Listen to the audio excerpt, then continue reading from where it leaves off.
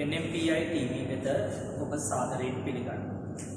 අද අපි මේ සාකච්ඡා කරන්න යන්නේ AAT පාඨමාලාවේ මූල්‍ය ගිණුම්කරණය එහෙම නැත්නම් ෆයිනෑන්ෂල් ඇකවුන්ටිං විෂයට අදාළව නිෂ්පාදන පිරිවැය මාතෘකාව.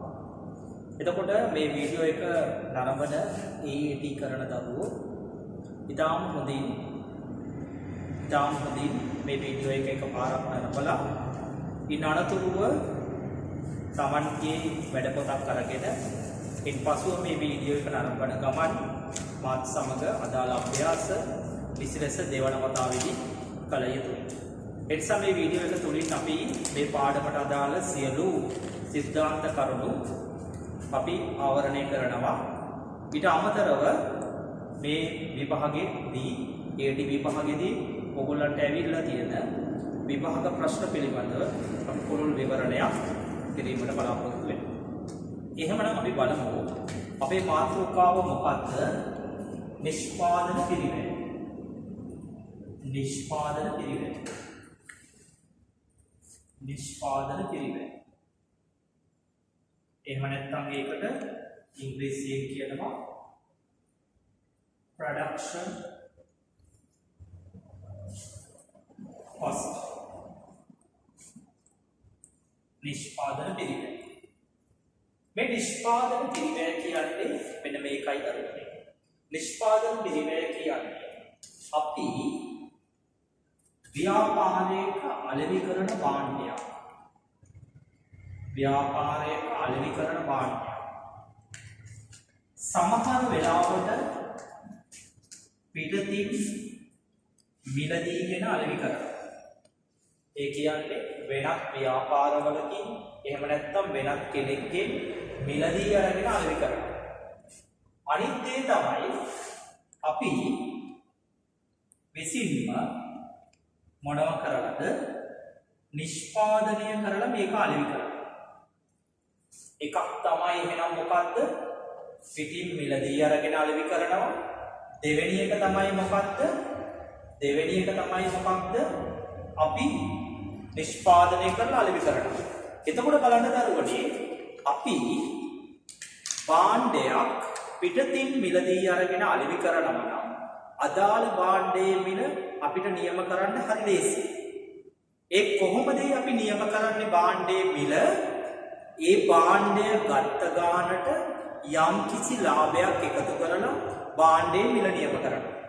එතකොට මේ ව්‍යාපාරිකයාට භාණ්ඩයක් මිල කිරීම හරිම පහසුයි. භාණ්ඩයක් මිල කිරීම හරිම පහසුයි. නමුත් මතක තියාගන්න භාණ්ඩ මිලදී ගන්න පිටතින් නෙමෙයි නම් මේ භාණ්ඩය අපි විසින්ම නිෂ්පාදනය කරනවා නම් අපිට ප්‍රශ්නයක් ඇති වෙනවා මේ භාණ්ඩය හදන්න කීයක් යනවද කියලා. භාණ්ඩය හදන්න කීයක් යනවද කියලා. මොකද අපි පිටින් ගන්නවා නම් අපි දන්නවා මේක ගන්න කීයටද කියලා. නමුත් භාණ්ඩය අපි විසින්ම හදනවා නම් මේක හදන්න කීයක් යනවද කියලා අපිට හොයාගන්න වෙනවා. හැබැයි මේ නිෂ්පාදන ආයතනයක් මුහුණ දෙන්න ප්‍රධානම ගැටලුව තමයි මොකද්ද? මේ ප්‍රධානම ගැටලුව තමයි තමා නිපදවන භාණ්ඩයකට කොච්චරක වියදමක් යනවද කියලා අඳුරගන්න තියෙන අපහසුතාවය. එතකොට ඇයි අඳුරගන්න තියෙන අපහසුතාවය කියන්නේ මේ ව්‍යාපාරයක් සම්බන්ධයෙන් යන සෑම වියදමක්ම ඒ භාණ්ඩයට කොච්චරක්ද කියලා පැහැදිලිව අඳුරගන්න බෑ. දැන් අපි හිතමු උදාහරණයක් විදියට බේකරියක පාන් නිෂ්පාදනය කරනවා කියලා හිතන්නකෝ. එතකොට එක භාණ්ඩයකට එක පාන් ගෙඩියකට කොච්චර පිටි ප්‍රමාණයක් යනවද කියලා හොයාගන්න පුළුවන් බව ඇත්ත. හැබැයි මෙන්න මේ වියදම කොච්චරද කියලා හොයාගන්න බෑ. අපි හිතමු උදාහරණයක් විදියට බේකරි යන ලයිට් බිලෙන් එක පාන් ගෙඩියකට කොච්චරක් යනවද කියලා පැහැදිලිව හොයාගන්න බෑ. ඒ නිසා ළමයි මේ නිෂ්පාදන පිරිවැය පාඩමේදී අපි නිෂ්පාදන පිරිවැය කැල්කියුලේට් කරන්න එහෙම නැත්නම් ගණනය කරන්න මෙන්න මෙහෙමයි. ඒ තමයි ළමයි අපි මේ ව්‍යාපාරයේ සලකා බලනවා කිසියම් කාලච්ඡේදයක්. එතකොට මේ කිසියම් කාලච්ඡේදයක් කිව්වහම ඒක වර්ෂයක් වෙන්න පුළුවන්. ඒක මාස 3ක් වෙන්න පුළුවන්. මාස 6ක් වෙන්න පුළුවන්. මාසයක් වෙන්න පුළුවන්. සතියක් වෙන්න පුළුවන්. අපි කාලච්ඡේදයක් සලකා බලමු. ඊළඟට අපි කරනවා මේ කාලච්ඡේදයට කොච්චරක වියදමක් යනවද කියලා අපි හොයලා බලමු. මේ කාලච්ඡේදයට කොච්චරක වියදමක් යනවද කියලා අපි හොයලා බලමු. එහෙනම් ඊට පස්සේ අපි මොකද කරන්නේ? කොච්චරක වියදමක් යනවද කියලා හොයලා බලලා ඊළඟට අපි බලනවා මේ කාලච්ඡේදය තුලදී කොච්චර භාණ්ඩ ප්‍රමාණයක් හදලා තියෙනවද කියලා. කොච්චර භාණ්ඩ ප්‍රමාණයක් අපි හදලා තියෙනවද කියලා. එහෙනම් ඊට පස්සේ අපි මොකද කරන්නේ? එක භාණ්ඩයක් හදන්න කීයක් යනවද කියලා අපි හොයාගන්නේ මෙහෙමයි ළමයි. ඒ කොහොමද මේ කාලච්ඡේදයේදී අපිට ගිය මුළු වියදම කීයද කියලා බලනවා. අපිට ගිය මුළු වියදම කීයද කියලා බලනවා. ඊට පස්සේ මොකද කරන්නේ? අපිට ගිය මුළු වියදම කීයද කියලා බලලා ඊට පස්සේ මොකද කරන්නේ? මේ අපි හදපු ඒකක ගාණෙන් බෙදනවා. එතකොට ළමයි එනවා එක භාණ්ඩයක් හදන්න කොච්චරක පිරිවැයක් යනවද කියලා. මොකද කිව්වේ? එක භාණ්ඩයක් හදන්න කොච්චරක වියදමක් යනවද කියලා. අපි අපිට උදාහරණයක් විදියට බේකරි එක. අර බේකරි එක සතියකට අපි හිතමුකෝ පාන් ගෙඩි 10ක් හදනවා කියලා. පාන් ගෙඩි 10ක් හදනවා. එහෙනම් ඊළඟට අපි කරනවා මේ සතියේදී මුළු බේකරියටම යන සම්පූර්ණ වියදම හොයලා බලනවා. පිටිවලට, කුලිය, ඒ වගේ සම්පූර්ණ වියදම හොයලා බලනවා. සම්පූර්ණ වියදම හොයලා බලපුවම රුපියල් 40000ක වියදමක් යනවා. එහෙනම් තමයි රුපියල් 40000ක වියදමක් යනවා නම් පාන් ගෙඩි 10ක් හදනවා නම් එක පාන් ගෙඩියක් හදන්න යන ගාණ හොයාගන්නේ කොහොමද? රුපියල් 40000 පාන් ගෙඩි ගාණෙන් ඒ කියන්නේ 1000න් බෙදනවා. එහෙනම් 40000 1000න් බෙදපුවම උත්තරේ කීයක් එනවද? රුපියල් 40යි. ආන් ඒකට කියනවා එක භාණ්ඩයක් හදන්න යන මොන පිරිවැය කියලාද? නිෂ්පාදන පිරිවැය කියලා. එහෙනම් පැහැදිලිද? මොකද්ද අපි නිෂ්පාදන පිරිවැයක් කිව්වේ? කිසියම් කාල පරිච්ඡේදයක නිෂ්පාදනයක් කරන්න වැය කරපු මුළු වියදම අපි කියනවා මොන පිරිවැය කියලාද? නිෂ්පාදන පිරිවැය කියලා. මෙන්න මේ නිෂ්පාදන පිරිවැය අපි සියලු භාණ්ඩ හදන්නයි හොයාගන්නේ. එක භාණ්ඩයකට නෙමෙයි හොයාගන්නේ මොකේදද? සියලුම භාණ්ඩ ටික හදන්න. එතකොට එක භාණ්ඩයකට පිරිවැය කොහොමද හොයාගන්නේ? ඒ ගිය මුළු වියදම භාණ්ඩ එකක ගාණෙන් මොනවා කළාද? බෙදලා. භාණ්ඩ එකක ගාණෙන් මොනවා කළාද? බෙදලා. අපි ඊළඟට බලමු මේ භාණ්ඩ නිෂ්පාදනය කරන්න යන පිරිවැය. එහෙම නැත්නම් වියදම අපි ගිණුම්කරණයේදී ප්‍රධාන කොටස් 4කට බෙදනවා. මොකද කිව්වේ? භාණ්ඩ නිෂ්පාදනය කරන්න යන වියදම අපි ගිණුම්කරණයේදී ප්‍රධාන කොටස් කීයකට බෙදනවලුද? 4කට බෙදනවා. ප්‍රධාන කොටස් 4කට බෙදනවා. මොනවද මේ කොටස් 4? මෙන්න මේකයි මේ කොටස් 4. පළවෙනි එක තමයි ඍජු ද්‍රව්‍ය පිරිවැය. පිරිවැය කියන්නේ වියදම. මොකද කිව්වේ? ඍජු ද්‍රව්‍ය පිරිවැය. ඔන්න මේ වචනේ බලන්න මොනවද තියෙන්නේ? ඍජු ද්‍රව්‍ය. මෙන්න මේකයි දරුවෝ ඍජු ද්‍රව්‍ය කියන්නේ. ඔය අහලා තියෙනවා භාණ්ඩයක් හදන්න අමුද්‍රව්‍ය ඕනේ. හැබැයි ළමයි මේ භාණ්ඩයක් හදන්න යන සෑම අමුද්‍රව්‍යයක්ම ඍජු ද්‍රව්‍යයක් වෙන්නේ නැහැ. ඇයි? උදාහරණයක් විදියට පාන් නිෂ්පාදනය කරන්න යනවා පිටි ඕනේ, ඊස්ට් වර්ග ඕනේ, ඒ වගේම ලුණු ඕනේ, ඒ වගේම බටර් සමහරලාට ඕනේ, සමහරලාට සීනි ඕනේ, ඒ වගේම විවිධ රසකාරකයන් සමහරලාට ඕනේ වෙන්න පුළුවන්. නමුත් මේ සෑම දෙයක්ම අමුද්‍රව්‍ය. හැබැයි දරුවෝ ඍජු ද්‍රව්‍ය කියලා කියන්නේ ඒ අමුද්‍රව්‍ය ඔක්කොම නෙවෙයි. ඒකේ ප්‍රධාන අමුද්‍රව්‍ය විතරයි. එතකොට අපි කියන්නේ මොනවයින්ද ඒක හදලා තියෙන්නේ? අන්න ඒක තමයි මොන ද්‍රව්‍ය කියලා කියන්නේද? ඍජු ද්‍රව්‍ය කියන්නේ. එහෙනම් ඍජු ද්‍රව්‍ය කියන්නේ මොකද? සරල භාෂාවෙන් භාණ්ඩයක් හදන්න යන ප්‍රධාන අමුද්‍රව්‍ය වල වියදම. එතකොට තමයි ප්‍රධාන අමුද්‍රව්‍ය හැර අනිත් අමුද්‍රව්‍ය ටික තියෙනව නේද? ආන්ගේ අමුද්‍රව්‍ය මේ පිරිවැයට අයිති වෙන්නේ නැහැ. දැන් අපි තව උදාහරණයක් ගමු. ලී බඩු නිෂ්පාදනය කරන්න යනවා. ලී බඩු නිෂ්පාදනය කරන්න දැව ඕනේ. ඒ වගේම ඇන ඕනේ. ඒ වගේම පොලිෂ් ඕනේ. ඒ වගේම තව සමහරලාට වේවැල් හෝ වෙනත් දේවල් ඕනේ වෙන්න පුළුවන්. හැබැයි ළමයි ලී බඩු නිෂ්පාදනයේට යන ඍජු ද්‍රව්‍ය පිරිවැය ලෙස සලකන්නේ අපි දැව විතරයි. තව උදාහරණයක් ගමු. ඇඟලුම් නිෂ්පාදනය. ඇඟලුම් නිෂ්පාදනයේට ළමයි රෙදි ඕනේ. නූල් ඕනේ. සමහර වෙලාවට බොත්තම් තේන්ද යන ආදී ඕනේ. නමුත් තමයි මතක තියාගන්න ඍජු ද්‍රව්‍ය ලෙස සලකන්නේ රෙදි වලට යන පිරිවැය විතරයි. මොනවා විතරයිද? රෙදි වලට යන පිරිවැය විතරයි ඍජු ද්‍රව්‍ය ලෙස සලකන්නේ. එහෙනම් මතක තියාගන්න ඍජු ද්‍රව්‍ය පිරිවැයක් කියන්නේ මොකද්ද? කිසියම් භාණ්ඩයක් හදන්න යන ප්‍රධාන අමුද්‍රව්‍ය වල වියදම. එතකොට කොහොමද දැන් ප්‍රධාන අමුද්‍රව්‍ය වල වියදම එකකට කොච්චරක්ද කියලා අපි කිව්වට එකපාර හොයාගන්න බෑ.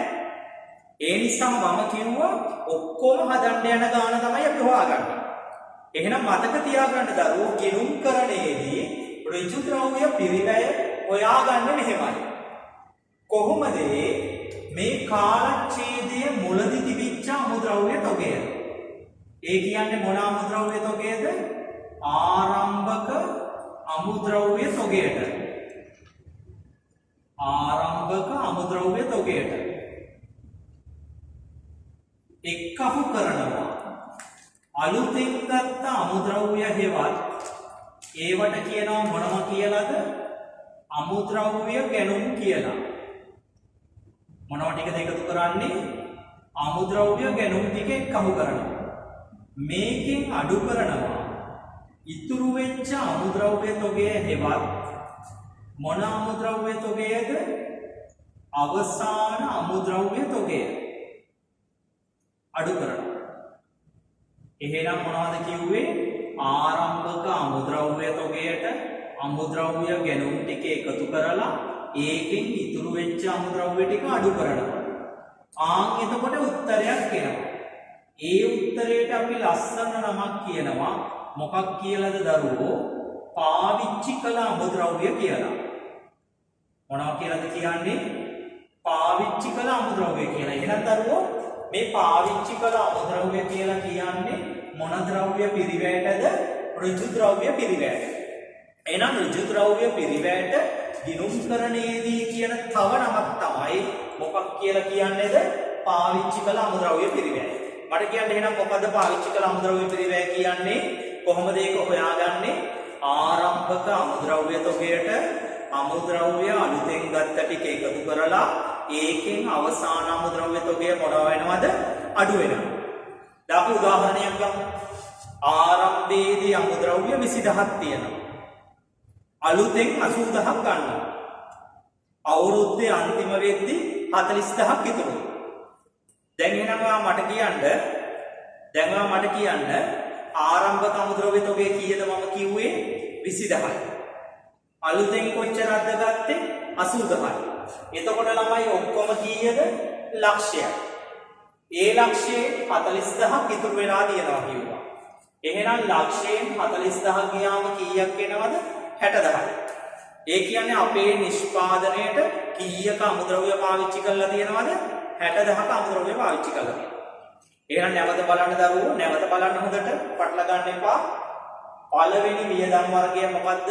නිෂ්පාදනයට යන ඍජු ද්‍රව්‍ය පිරිවැය. මොනවද ඍජු ද්‍රව්‍ය පිරිවැය කියන්නේ? භාණ්ඩයක් නිෂ්පාදනය කරන්න යන ප්‍රධාන අමුද්‍රව්‍ය වල වියදමට කියනවා මොකක් කියලාද? ඍජු ද්‍රව්‍ය පිරිවැය කියන්නේ. භාණ්ඩයක් නිෂ්පාදනය කරන්න යන ප්‍රධාන අමුද්‍රව්‍ය වල පිරිවැය. මේ ප්‍රධාන අමුද්‍රව්‍ය වල පිරිවැය ගිණුම්කරණයේදී හොයා ගන්නවා කිව්වේ කොහොමද මට කියන්න? ආරම්භක අමුද්‍රව්‍ය තොගයට අමුද්‍රව්‍ය ගැනුම් ටික එකතු කරලා ඒකෙන් අවසාන අමුද්‍රව්‍ය තොගය මොනවා කළාද? අඩු කරලා. එතකොට එන උත්තරයට කිව්වා මොකක් කියලාද දරුවෝ? පාවිච්චි කළ අමුද්‍රව්‍ය කියලා. එහෙනම් මට කියන්න පාවිච්චි කළ අමුද්‍රව්‍ය කියන්නේ මොකේටමද? ඍජු ද්‍රව්‍ය පිරිවැයටමයි. පාවිච්චි කළ අමුද්‍රව්‍ය කියන්නේ මොකේටමද? ඍජු ද්‍රව්‍ය පිරිවැයටමයි කියන්නේ. ඔන්න ළමයි දෙවෙනි වර්ගය. එහෙනම් පළවෙනි වර්ගය මොකද්ද? ප්‍රධාන අමුද්‍රව්‍ය වල වියදම. දෙවෙනි වර්ගයට කියනවා දරුවෝ මේ භාණ්ඩයන් නිෂ්පාදනය කරන්න යන දෙවෙනි වර්ගයට කියනවා ඍජු ශ්‍රම පිරිවැය කියලා. ඍජු ශ්‍රම පිරිවැය. අන්නේ තරම් වචන තියෙනවා ළමයි ඍජු ශ්‍රම. ළමයි ශ්‍රමය කියන්නේ සේවකයන්. ශ්‍රමය සපයන්නේ කවුද? සේවකයන්. සේවකයන්ට ආයතනයක් මොනවද ගෙවන්නේ? වැටුප. හැබැයි ළමයි ආයතනයක ඉන්න හැම සේවකයෙකුටම ගෙවන වැටුප ඍජු වැටුපක් වෙන්නේ නැහැ. ඇයි එහෙම වෙන්නේ නැත්තේ? ළමයි ආයතනයක ඍජු වැටුපක් කියලා කියන්නේ භාණ්ඩ නිෂ්පාදනය කරන අයට ගෙවන වැටුප විතරයි. කාට ගෙවන වැටුප විතරයිද? භාණ්ඩ නිෂ්පාදනය කරන අයට ගෙවන වැටුප විතරයි. එහෙනම් භාණ්ඩ කාට ගෙවන වැටුප විතරයිද? නිෂ්පාදනය කරන අයට ගෙවන වැටුප විතරයි. එහෙනම් ළමයි භාණ්ඩ නිෂ්පාදනය කරන අයට ගෙවන වැටුපට කියනවා මොන වැටුපක් කියලාද ළමයි? ඍජු ශ්‍රමයක්. එහෙම නැත්නම් ඍජු වැටුපක් කියලා. එහෙනම් කාටද මට කියන්න ඍජු වැටුප කියන්නේ කාට ගෙවන වැටුපද? භාණ්ඩ නිෂ්පාදනය කරන අයට. අපි උදාහරණයක් අරන් බලමු. අපි හිතමුකෝ ඇඟලුම් කර්මාන්ත ශාලාවක කියලා ළමයි. ඇඟලුම් කර්මාන්ත ශාලාවක රෙදි මහන කට්ටිය ඉන්නවා. ඒගොල්ලන්ට ගෙවන වැටුප් ටික ඍජු ශ්‍රමයක්. හැබැයි ළමයි අපි දන්නවා ඇඟලුම් කර්මාන්ත ශාලාවක කලමනාකරුවෝ ඉන්නවා. ඒ වගේම සුපරීක්ෂකවරයෝ ඉන්නවා. මුරකාරයෝ ඉන්නවා. ඒ වගේම තත්ත්වපාලන ශිල්පීන් ඉන්නවා. එතකොට ඒගොල්ලන්ට ගෙවන වැටුප මොන වැටුපක් වෙන්නේ නැද්ද? ඍජු වැටුපක් වෙන්නේ නැහැ. මොකද හේතුව ඔවුන් භාණ්ඩ නිෂ්පාදනයට ඍජු දායකත්වයක් එහෙම නැත්නම් සරල භාෂාවෙන් කියනවා කෙලින්ම දායක වෙන්නේ නැහැ. එහෙනම් මම කියන්නේ භාණ්ඩ නිෂ්පාදන කටයුතු වලට කෙලින්ම දායක වෙන ශ්‍රමිකයන්ට ගෙවන වැටුප් වලට කියනවා මොන වැටුප් කියලාද? ඍජු වැටුප්. දැන් උදාහරණයක් විදිහට මම කිව්වා ඇඟලුම් කම්හලක මහන මැෂින් ක්‍රියා කරන අයගේ වැටුප. බේකරියක නම් පාන් පුලුස්සන එහෙම නැත්නම් පාන් පුච්චන කට්ටියට අපි කියන්නේ බක්කරේලා කියලා. අන්නේ පාන් පුලුස්සන අයට ගෙවන වැටුප. ඒ වගේම ලීබඩු කර්මාන්ත ශාලාව වඩුවන්ට ගෙවන වැටුප. ඒ වගේම ළමයි තව අපි ගමු උදාහරණයක් විදිහට මැටි භාණ්ඩ නිපදවන ආයතනයක මේ මැටි භාණ්ඩ නිෂ්පාදනය කරන අයට අපි නැත්තම් කියනවා කුඹල්කරු. මේ කුඹල්කරුවන්ට ගෙවන වැටුප තමයි මොන වැටුප ලෙස සලකන්නේද? ඍජු වැටුපක් ලෙස සලකන්නේ. එහෙනම් මට කියන ඍජු වැටුපක් කියන්නේ මොකද්ද? භාණ්ඩ නිෂ්පාදනය කරන අයට ගෙවන වැටුප විතරයි. ඔන්න පටල ගන්න එපා. ඍජු ද්‍රව්‍ය කිව්වේ ප්‍රධාන අමුද්‍රව්‍ය වලට ගෙවන ගාණ විතරයි. මේ ඇවිල්ලා මොන වැටුපද? ඍජු වැටුප. ඍජු වැටුප කිව්වේ කාටද? නිෂ්පාදනය කරන අයට ගෙවන වැටුප විතරයි. අනිත් ඒවා මේකට අදාළ නැහැ. එහෙනම් වියදම් කීයක් තිබුණාද මෙතන? දෙකයි. මොකක්ද එකක්? ඍජු ද්‍රව්‍ය පිරිවැය. දෙවෙනි එක මොකක්ද? ඍජු ශ්‍රම පිරිවැය. තුන්වෙනි එකට කියනවා ළමයි ඍජු වෙනත් පිරිවැය. ඔන්න බලන්න ළමයි 9ම තියෙනවා ළමයි වෙනත්. 9ම තියෙනවා ළමයි මොනවද? වෙනත්. ඍජු වෙනත් පිරිවැය. 9ම තියෙනවා වෙනත්. එහෙනම් මොකද්ද මේ වෙනත් පිරිවැයක් කියන්නේ? මෙන්න මේකයි. වෙනත් කියන එකේ අදහස මේක ද්‍රව්‍යයක් හෝ මොකක් නෙමෙයි කියන එකද? ශ්‍රමයක් නෙමෙයි. මේක භාණ්ඩයක් හදන්න යන වියදමක් තමයි. භාණ්ඩයක් වෙනුවෙන් යන වියදමක් තමයි. හැබැයි ඒක ද්‍රව්‍ය වලටවත් ඍජු ශ්‍රමයටවත් නෙමෙයි ගෙවන්නේ. එතකොට නම් මෙන්න මෙහෙම වෙන්න පුළුවන්. අපි හිතමුකෝ කිසියම් සේවකයෙකුට පඩිය දීලා ඔහුට හදන ඒකකයකට වෙනම දීමනාවක් ගෙවනවා. අපි ඉංග්‍රීසියෙන් කියන්නේ allowances එක. එතකොට තමයි මේ allowances එක ගෙවන්නේ පඩියට අමතරව. allowances එක ගෙවන්නේ පඩියට අමතරව. එහෙනම් මේ පඩියට අමතරව ගෙවන allowances එකක් නිසා ඒකට කියනවා මොන පිරිවැයක් කියලාද? ඍජු වෙනත්. මොකද ඒක ගෙවන්නේ ද්‍රව්‍යයක් වෙනුවෙනුත් නෙමෙයි, ප්‍රධාන ශ්‍රමය වෙනුවෙනුත් නෙමෙයි. ඒක ගෙවන්නේ අතිරේකව. අන්න වචනේ අතිරේකව. මෙන්න මේ නිෂ්පාදන ගෙනුම් පාඩමේදී ළමයි ඔයාට මෙවැනි වියදමක් AT වල නම් ගොඩක් වෙලාවට ඒ නමින් හම්බෙන්නේ නැහැ. ඔයගලන් ඍජු වෙනත් වියදම් කියන වචනෙන් දෙනවා. එහෙම නැත්නම් පැහැදිලිව කියනවා අමතරව වියදමක් කරනවා කියලා. එහෙනම් මේකට ළමයි ගෙනුම් කරණයේදී ලස්සන වචනයක් හම්බ වෙනවා අපිට පුරස්කාර වියදමක් යනවා කියලා. මොකක් යනවා කියලාද? පුරස්කාර වියදමක් යනවා කියලා.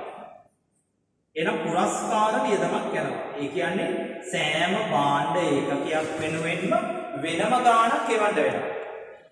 වෙනම ගාණක් එවන්න වෙනවා. අන්න ඒකට කියනවා මොන වියදමක් කියලාද? පුරස්කාර වියදමක් යනවා කියලා. එහෙනම් මට කියන්න මොනවද ඍජු ද්‍රව්‍ය කිව්වේ? ප්‍රධාන ද්‍රව්‍ය වලට ගෙවන ගාණ. ඍජු ශ්‍රමය කිව්වේ මොනවද? වැඩ කරන එහෙම නැත්නම් නිෂ්පාදනය කරන සේවකයන්ට ගෙවන ගාණ. මට කියන්න ඍජු වෙනත් පිරිවැයක් කිව්වේ මොකද්ද? ඍජු වෙනත් පිරිවැයක් කිව්වේ ද්‍රව්‍යයක් හෝ ශ්‍රමයක් නොවන අතිරේකව භාණ්ඩයක් වෙනුවෙන් ගෙවන ගාණකට කියනවා මොකක් කියලාද? ඍජු වෙනත් පිරිවැයක් කියලා.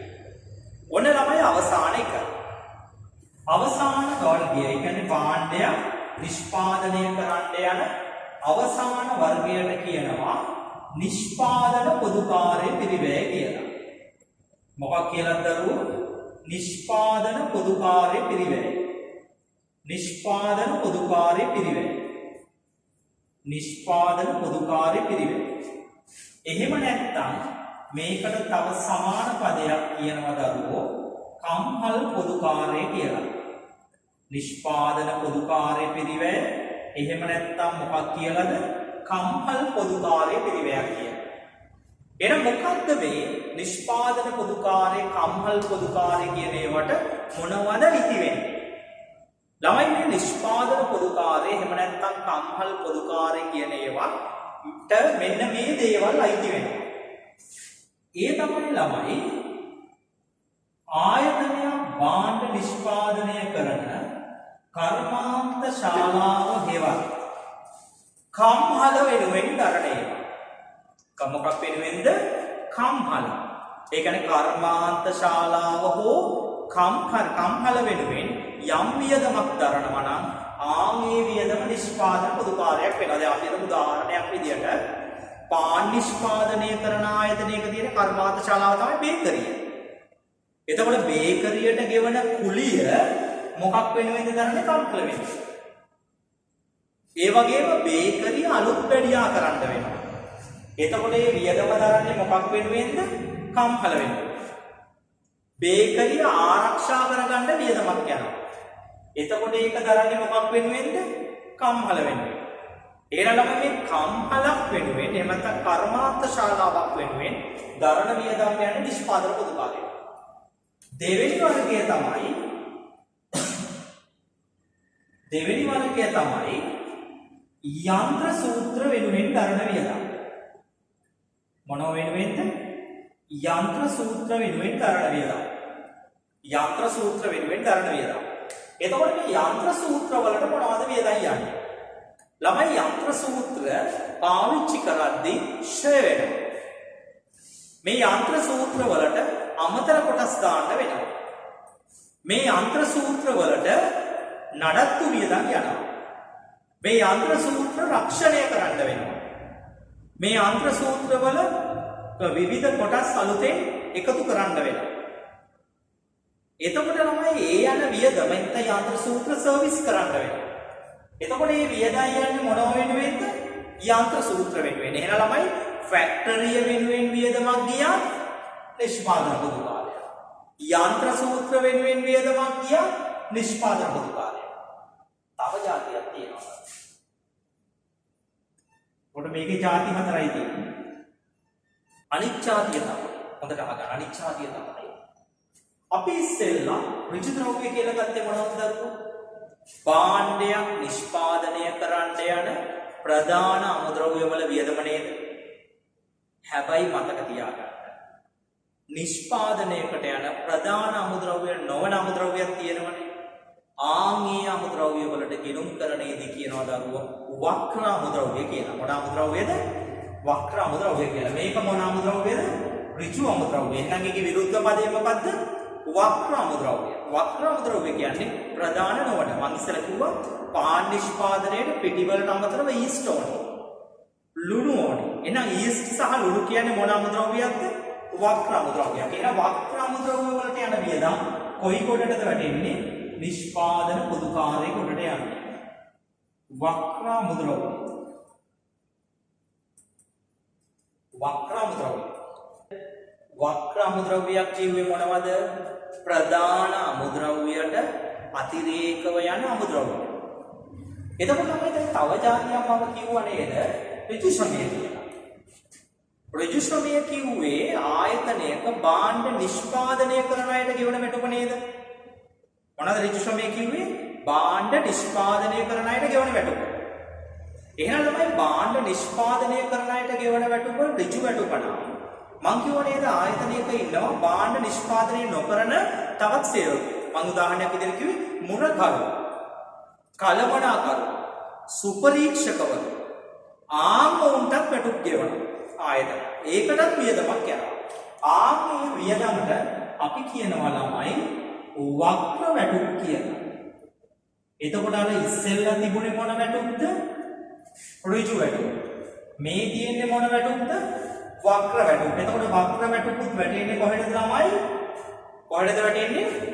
නිෂ්පාදන පොදුකාරයකට. එහෙනම් ළමයි නිෂ්පාදන පොදුකාරය වියදම ප්‍රධාන කොටස් 4කින් යුක්තයි. මොනවද මේ ප්‍රධාන කොටස් 4? මොකේකට යන වියදම්ද? කම්හලට යන වියදම්. දෙවෙනි එක මොනවට යන වියදම්ද? යන්ත්‍ර සූත්‍ර වලට යන වියදම්. තුන්වෙනි එක තමයි මොකද්ද? වක්‍ර අමුද්‍රව්‍ය වලට යන වියදම්. හතරවෙනි එක තමයි මොනවට යන වියදම්ද? වක්‍ර වැටුප් වලට යන වියදම්. නැවත අහගන්න මොකද්ද කිව්වේ? නිෂ්පාදන පොදුකාර්ය පිරිවැය කියන්නේ මොකද්ද? මොනවට යන වියදම්ද? කම්හලට යන වියදම්, යන්ත්‍ර සූත්‍ර වලට යන වියදම්, වක්‍ර අමුද්‍රව්‍ය වලට යන වියදම් සහ මොනවට යන වියදම්ද? වක්‍ර වැටුප් වලට යන වියදම්. ආන්ගේ වියදම් වලට අපි කියනවා නිෂ්පාදන පිරිවැය කියලා. එහෙනම් මේ නිෂ්පාදන පිරිවැය ප්‍රධාන කොටස් 4යි ගන්න. ඒ කියන්නේ ආයතනයකට භාණ්ඩ නිෂ්පාදනය කරන්න යන වියදම ප්‍රධාන කොටස් 4යි. එහෙනම් මට හටනකලා කියන්න මොනවද මේ කොටස් 4? මොකද මේ කොටස් 4? ඍජු ද්‍රව්‍ය පිරිවැය. දෙවෙනි එක තමයි මොකද්ද? ඍජු ශ්‍රම පිරිවැය. තුන්වෙනි එක තමයි මොනවද?